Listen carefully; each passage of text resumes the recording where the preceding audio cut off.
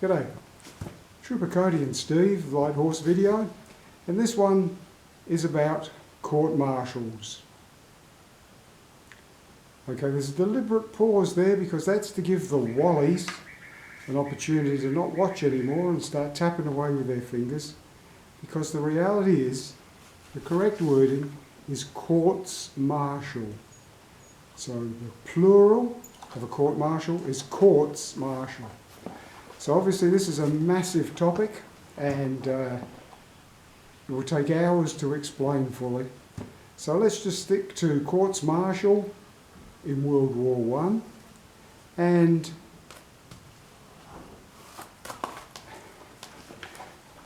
I get distracted. So we're just going to stick to World War I, courts martial, because the topic is too enormous. And you may immediately think of probably one of the most famous courts martial movies, which is Break and Rant.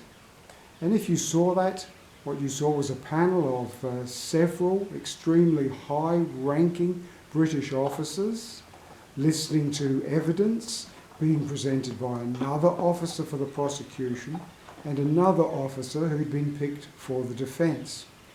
So you might think to yourself, well, that's a pretty fancy, upmarket, expensive, time-consuming affair.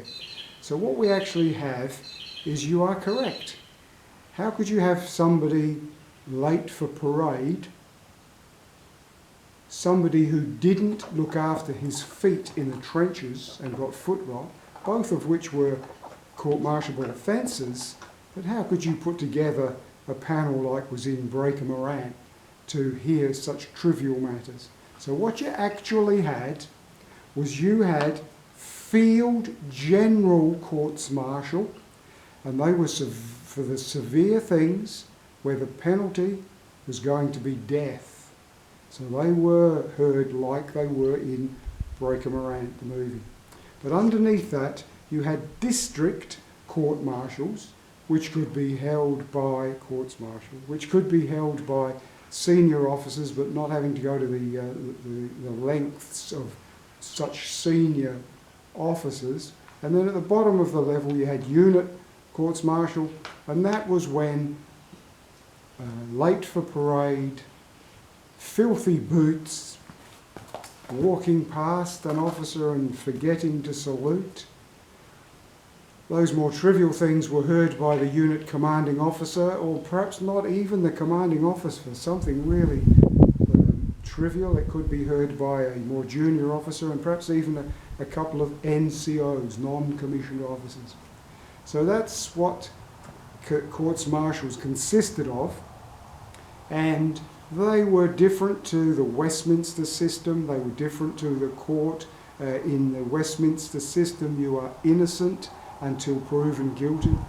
That's all out the window with the military, and it had to be, because they had to have different degrees of discipline and proof of evidence that didn't exist in civilian matters.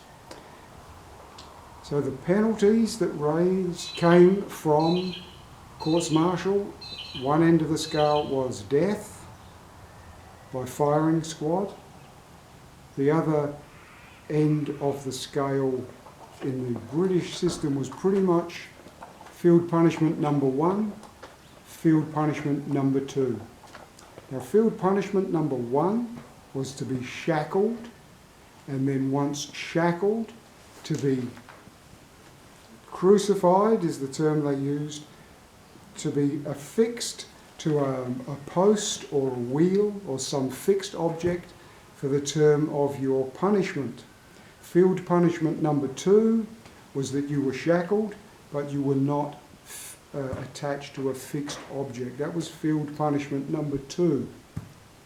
Now, Australia had a reputation of appalling discipline, lack of respect for the officers, and just being generally Australians.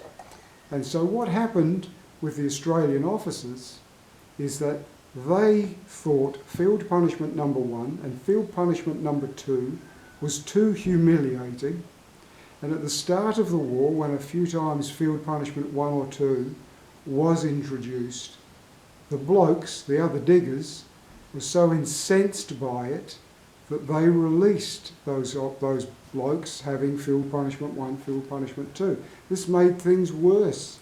It meant more people were... So what happened in the Australian Army is field punishment 1 and 2 was hardly ever used because the officers, Australian officers, did not want the Australian blokes to be humiliated. And that was the big thing about Australian discipline. Were the Australians the least bit bothered about the firing squad? Well, they're being shot at anyway. The thing that worked with the Australian troops, and the perfect example, is VD, venereal disease. And what happened in the Middle East, how could they stop the soldiers going with the Arabs, the Arab women? How could they stop this? They were rife with disease. And so what they did was that anyone that got VD, the punishment was to be... It's an appalling pun or a play on words, but it was a dishonourable discharge and return to Australia with a dishonourable discharge. Terrible pun when we're talking about VD, but that was so cripplingly humiliating for Australian blokes to think that they would be sent back in 1915, 1916. The war's raging. They have a dishonourable discharge, and it's because they caught gonorrhea or syphilis. So that sort of thing worked. The British, on the other hand, were firm believers in the death penalty. If the offence was serious enough, the British had no qualms about putting their own men up against the wall and shooting them. Now this video is about 1914, 1918, because I'm trying to stick to that period of time.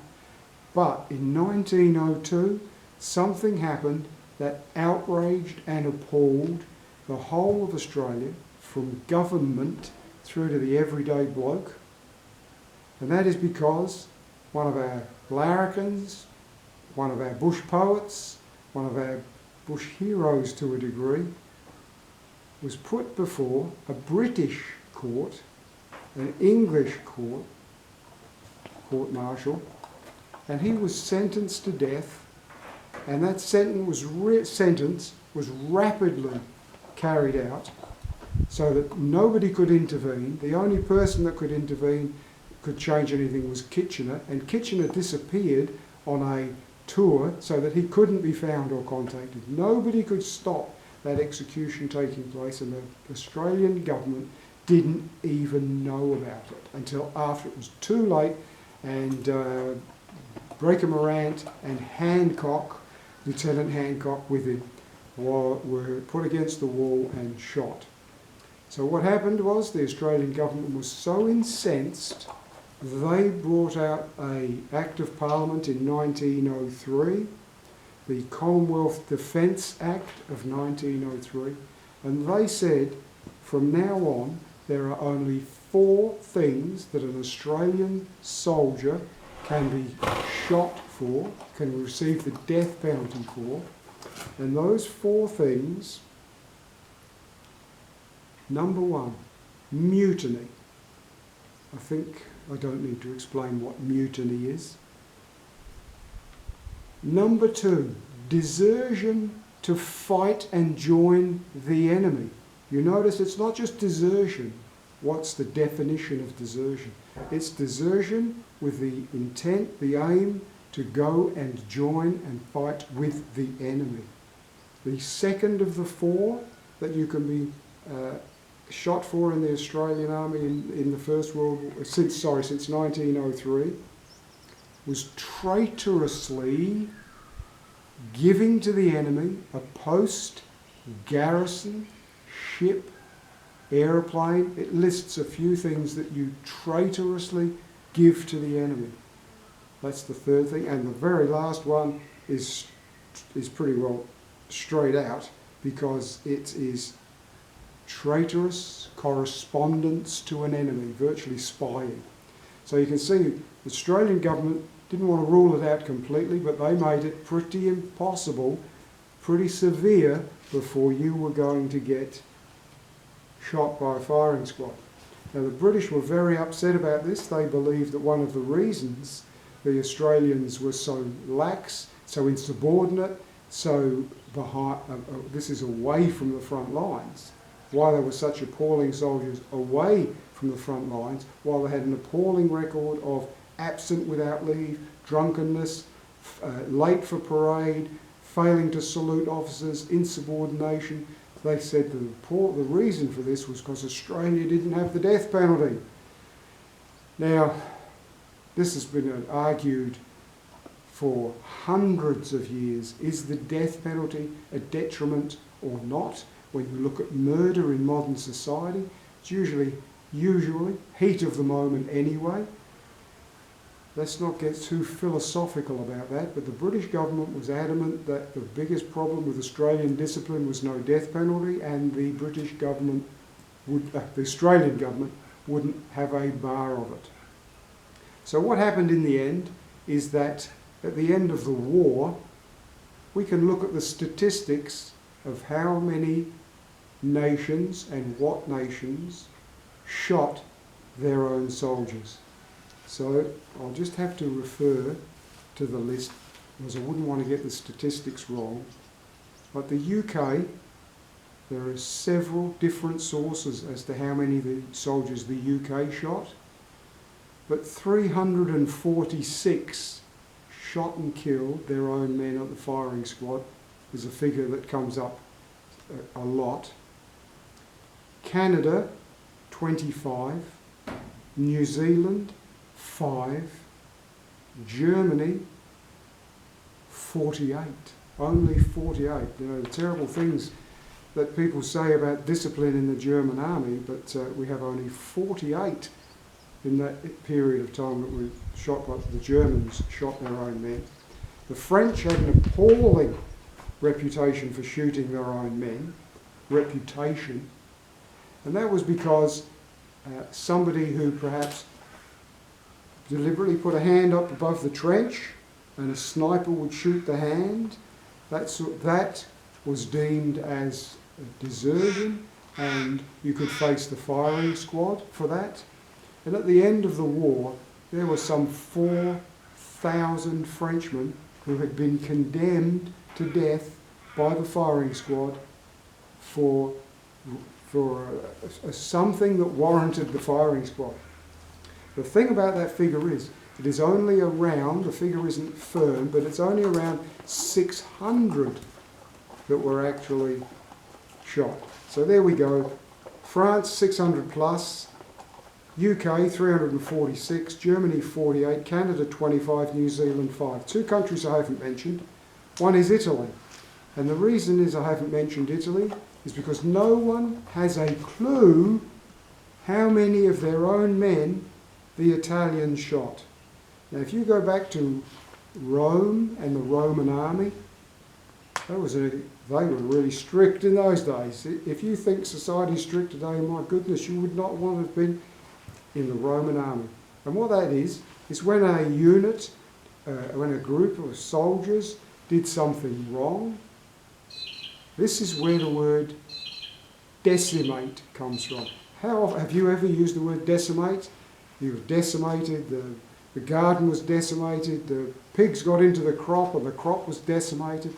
Where the term decimate comes from is because a Roman general would say that unit has done such an appalling job, every 5th man will be executed, or every 7th man will be executed. Then that unit would have a ballot and say 1 in 10, deci, 1 in 10 of that unit would be picked out and executed as punishment. And so the Italian army, can you believe it, in 1418 reintroduced decimation of its own ranks when things were bad. So it's not known how many, it's significantly more than 600. And the one other country that I haven't mentioned, we have a look at those statistics I said before, because the one other country I haven't mentioned is, of course, Australia. And how many troops did Australia put to the wall and execute in World War I? You've already guessed, 0. I guess one of the last things I'll leave you with is that in the British Army, if you were on leave and you didn't return from leave when you were supposed to, chances were 99 times out of 100, straight away you were going to be charged with desertion. Very serious offence with massively serious consequences. There were some 3,500 British troops awaiting sentencing for desertion at the end of the First World War, and many of them, it wasn't actually desertion, it was not being back at their unit when they were supposed to. Now the thing about the Australians was they had a shocking reputation for being 1 or 2 or 3 days late from leave. They were never back on time from leave. They always stretched the envelope. And so when you look at the statistics for the end of the war, after 1418, statistics show how many Australian soldiers were actually charged with desertion rather than the much less serious offence of absent without leave. Huge difference. Absent without leave, you're a couple of days late from being with your girlfriend or having tying one on in town. Desertion, much more serious. So at the end of November 1918, all that time, Middle East, Western Front, 119. What a tiny number of Australian soldiers to be charged with desertion. So the very last statistics that I will impart for the end of this video is that Australian War Memorial has put together all the records of Australian courts martial for the whole 1418 period of time. Those statistics show that more often than not, the penalty was a monetary fine rather than imprisonment, and certainly no death penalty, but rather than imprisonment, it was demotion in rank or a monetary fine. And of all of the courts martial against Australian soldiers for the whole of 1418, 60% was for absent without leave, coming back late from your leave for whatever reason. 60%. The surprise is that only 3% of those were for drunkenness, and 22% was for what was generalised as insubordination, and what was classed as being insubordinate was not saluting, swearing in the hearing of an officer, being improperly improperly dressed, incorrect uniform, or for making inappropriate comments to officers, sarcastic remarks in other words. So that adds up to 85% of what our Australian soldiers went before courts martial for. Okay, this video was a subscriber's request, and I hope I've addressed all the dot points and done a decent job. Thank you, Cody. Cheers.